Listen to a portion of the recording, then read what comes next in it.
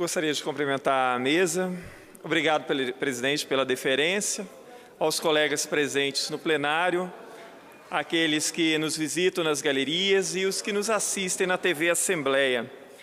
É uma pena que a gente tenha pouco tempo para essa manifestação. Hoje eu gostaria de fazer uma reflexão sobre a situação que está ocorrendo no país e, ao mesmo tempo, o que ocorre nos estados. As redes sociais, elas se tornaram uma espécie de termômetro para você ver o que as pessoas estão pensando, o que elas estão falando, como elas estão se manifestando. Então, a sensação que nós temos ainda é que parte da população, ela ainda não entendeu a gravidade do que está ocorrendo no país e os discursos continuam sendo aqueles de acusação de coxinha, de petralha, de quem votou em Lula, quem votou em Aécio, quem é culpado de quê, e as pessoas não entenderam a profundidade da crise que o país atravessa. E agora começa um discurso para tentar desqualificar a Operação Lava Jato e os seus membros. Então, tenta-se levar a discussão para outro lado. O problema é discutir se as delações são válidas ou não, o problema é se as gravações são válidas ou não, o problema é se o acordo feito é benevolente demais ou não, e vai se escamoteando e colocando em segundo plano o que é a essência do problema, a gravidade do problema, o que essas pessoas causaram ao país. Agora é um momento de se fortalecer instituições como a Polícia Federal, a Procuradoria-Geral e a Força-Tarefa da Lava Jato, que embora tenha falhas, mas nunca na história desse país se viu uma operação que já tenha resultado em efeitos tão positivos. Agora, uma outra questão é o tempo inteiro as pessoas estarem dizendo assim, olha, o governo do presidente Temer não tem mais moral, não tem mais como continuar, porque tem 30% dos ministros já delatados, o próprio presidente foi flagrado nessas conversas, concordo plenamente.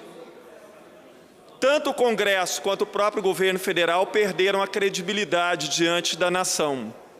Por outro lado, como é que se encaminha essa situação agora?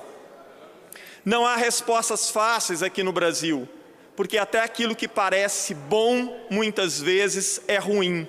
Agora, seria um momento para a população também aprender e participar efetivamente desse momento, e entender o que são os subterrâneos da política nacional, e ao invés de olhar apenas para o que acontece em Brasília, olhar para os seus estados, porque a situação também se repete.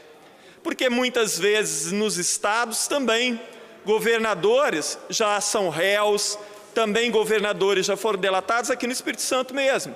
O governador já é réu de um processo, foi delatado na Operação Lava Jato também. Tem vários secretários aqui que respondem a processo na Justiça. Inclusive, tem secretários do governo aqui no Espírito Santo que já foram condenados em primeira instância.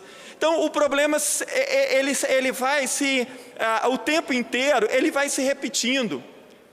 Então, é um momento para que o país seja passado a limpo. Num país, numa democracia madura, não se suporta nem que um ente público, que uma pessoa pública seja suspeita e ela própria pede demissão do seu cargo. Aqui no Brasil, não. Se filma a pessoa, grava a pessoa, mostra a pessoa roubando, a pessoa é condenada em primeira instância, é condenada em segunda, mas continua ali negando. Não, não sou eu, é perseguição, é isso, é aquilo. Então, assim, a nossa justiça e o povo brasileiro tem que parar de ser tão benevolente.